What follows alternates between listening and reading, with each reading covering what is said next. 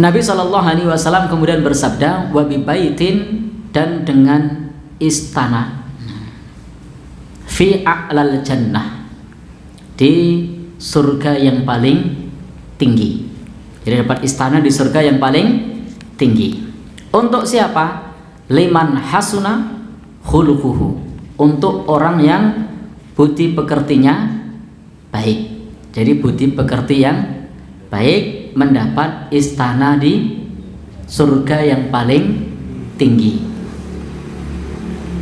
Syarah mengenai masalah budi pekerti yang baik sudah sering kita bahas di sini, sehingga cukup saya sampaikan sekilas. Bahwa yang dimaksud budi pekerti yang baik itu ketika kita punya 4 pilar budi pekerti. Masih ingat?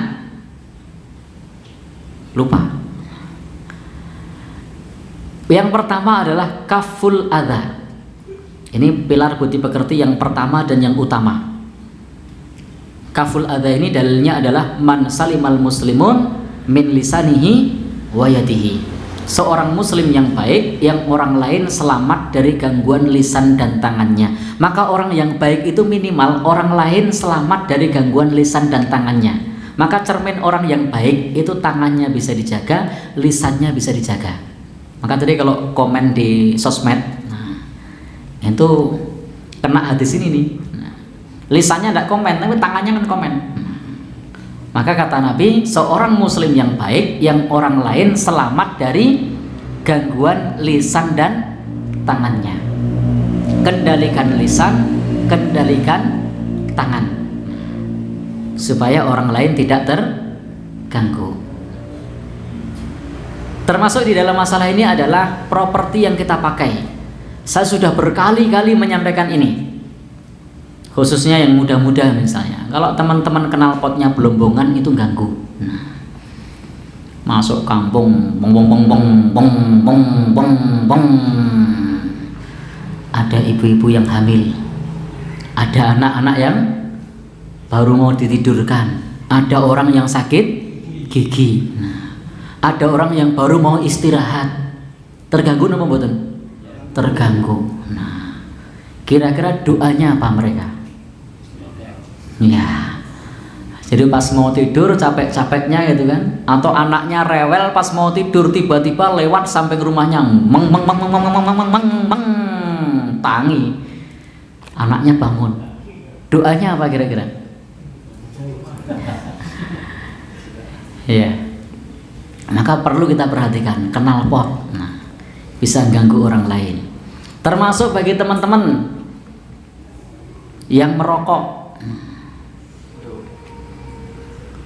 Ini saya tidak nunjuk orang loh ini. Yang di depan langsung nunjuk. Tidak nunjuk orang. Ya? Oh, tidak ada ya. Baik. Maka nyuwun sewu itu mengganggu. Di samping perempuan yang sedang hamil santai saja gitu. Maka itu jelas mengganggu. Termasuk di depan anak-anak kecil mengganggu. Kemudian lagi, kalau hukum rokok jelas ya, kalau di Muhammadiyah fatwanya sudah final ya, tidak boleh. Nah, baik, kita lanjutkan. Yang lainnya, cara buang sampah. Nah, kadang-kadang juga mengganggu. Belum lama kemarin itu ada yang punya sawah, sawahnya itu di dekat rumah. Ya, ada yang buang pempes di jendela, ada yang buang potongan-potongan kertas, ada yang buang bungkus Indomie, bungkus lemper.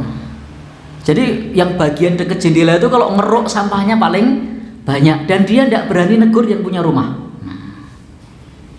Padahal itu mengganggu. Maka ini akan memberatkan hisab kita kelak di akhirat. Ya zalim.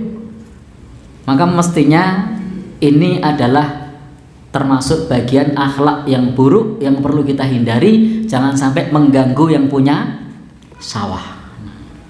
Contoh lain, punya pohon kelapa, kelapanya sering jatuhin genteng tetangga.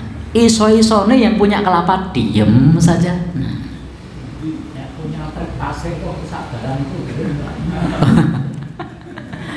Ya. Sesuai peruntukan enggak? Kalau sesuai undang-undang boleh lewat ya itu nanti tinggal disampaikan ke pihak yang berwajib. Tapi kalau menurut aturan enggak boleh lewat ya zalim. Kontainer lewat jalan kampung itu menyalahi undang-undang. Zalim itu. Ya kalau melebihi berarti zalim. Artinya kan disesuaikan, coba aturannya dilihat. Aturannya gimana? Aturannya sekian ya sudah taati. Lebih dari itu berarti zalim.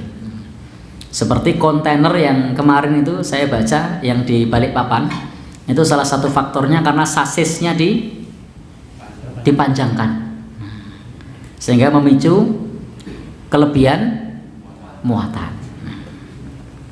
Baik, walau alam, saya juga tidak ngecek ya, cuman baca. Walau alam, saya tidak tahu, tidak malah keliru. Baik, kita lanjut. Intinya kalau kira-kira nanti akan mengganggu orang lain, maka itu perlu dipertimbangkan. Walaupun kadang tidak sengaja. Kadang tidak sengaja. Parkir di depan pintu rumah orang lain. Pada saat kita parkir, orang yang punya rumah mau keluar. Ditunggu-tunggu sampai 1 jam. Ternyata orangnya tidak keluar, tidak datang-datang juga. Ini mana yang punya mobil? Mau didorong di handrem gitu kan? Nah, akhirnya perginya pakai motor, mobilnya tidak bisa keluar. Ternyata sampai jalan hujan, jas hujannya ketinggalan. Kira-kira doanya gimana? Misuh, ngomong jelek apa ngomong baik? Tadinya mau keluar pakai mobil, sudah siap-siap. Pas dia keluar, ada mobil parkir di depan pintu. Sudah ada tulisan P di garis. Nah, begitu dia mau keluar, udah ditunggu lama. Wah, ini tidak cukup waktunya, udah pakai motor saja. Karena tergesa-gesa pakai motor, jas hujan lupa, kehujanan. Pas kehujanan, ingat tidak dengan yang parkir mobil? Kira-kira ingat tidak? Banget ya. Terus kira-kira kalau suami istri lagi berpergian, kira-kira yang disalahin siapa? Doanya gimana? Ya menungailah. Baik, jadi penting untuk menghindari gangguan dari orang lain, untuk tidak mengganggu orang lain, kebalik. Jadi yang kedua, pilar kedua, badlun nada, prinsip bermanfaat. Khairun nas anfa'uhum linnas, sebaik-baik manusia yang paling bermanfaat bagi orang lain. Maka jadikan kehadiran kita selalu bermanfaat untuk orang lain. Jadi kehadiran kita selalu bermanfaat untuk orang lain.